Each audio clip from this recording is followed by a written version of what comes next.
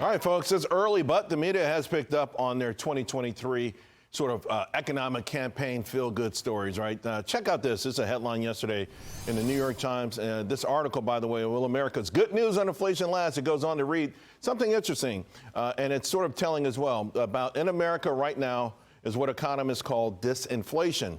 When you compare prices today with prices a year ago, the pace of increase has slowed notably. What's important about that, folks, is there's a big difference between prices going down and a rate of increase is slowing.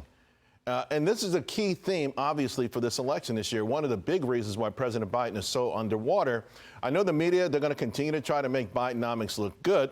But my next guest, who happens to be in the pantheon of great economists, he's got some wisdom he wants to share with them. I'm going to bring in now Laffer Associates founder and chairman, Art Laffer. And Art, you recently hit the nail on the head. I mean, people were talking about it everywhere. I read articles, and you said that about what people really care about, that people don't care about jobs. They care about jobs, not about unemployment rates, that they worry about prices, not inflation, that they care about high mortgage rates. In other words, this is what Main Street wants to hear. Forget about the Wall Street jargon, and I think you were spot on.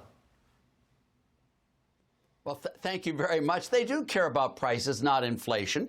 If prices were lower and inflation were a little bit higher, no one would care. Prices being lower is what people want. People don't care about the unemployment rate, Charles. They care about the employment rate. Do I have a job? Do the other people have jobs? The employment rate today is very low in this country. They care about how high interest rates are, not whether they're rising or falling. That's what they care about. And when you look at all of this GDP, there's this all brouhaha about last quarter's GDP growth was almost 5%. Well, GDP is way below the trend line from before Trump. It's way low. So we have very low production, but we're growing rapidly from a low base. They don't care about the growing. They care about the low base. And that's what the real problem is. People care about peace, right. Not whether the negotiations are going well. We've got wars all over the place. People want security in their homes. They want to feel safe, Charles, not whether the police people are this, that, or the other. They want to feel safe. They want to have protection from that. That's what they really need.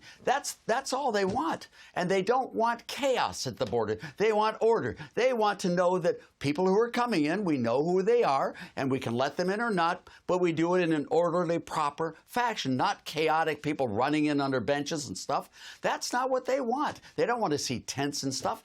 You know, people want to have a nice, orderly life, not a chaotic life. Yeah. And this is just crazy what's going on here with this administration. And it's irritating, and I hope the voters give them a boot when they come this November. Yeah, and again, they mask so much the economic jargon, but I think a lot of it is done to mislead the public, right? I mean, especially inflation. I hear folks come on TV, inflation is down. It was 9%, now it's 3%. 3% is huge, right? That's still a big number, and the prices, to your point, 3% is huge. And the prices don't come down. And they especially go up when you slower. realize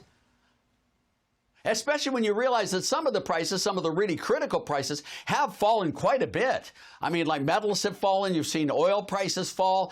All of that's down. And in spite of that, price levels are higher. What happens when oil rebounds, or if it does? I mean, and the reason oil is down is because China's having a bad economy. Right. The rest of the world is suffering badly. If you look at the inflation rates here and abroad, they're right in sync with each other. Oil prices are the same in every country. So when you look at this, the Biden administration has done everything to make things more chaotic and less controlled, less calm, less predictable. And that's not what people want. People don't want unpredictability. They want to feel safe, Charles. Yeah. Just simply safe, and they want to keep more of their own income. You wrote a great piece in the Journal. You wrote a great piece in the Journal in June of 2009 on inflation and higher interest rates. And, I read through it the other day, and I think it's so important because Jay Powell and company, they've got their hands full.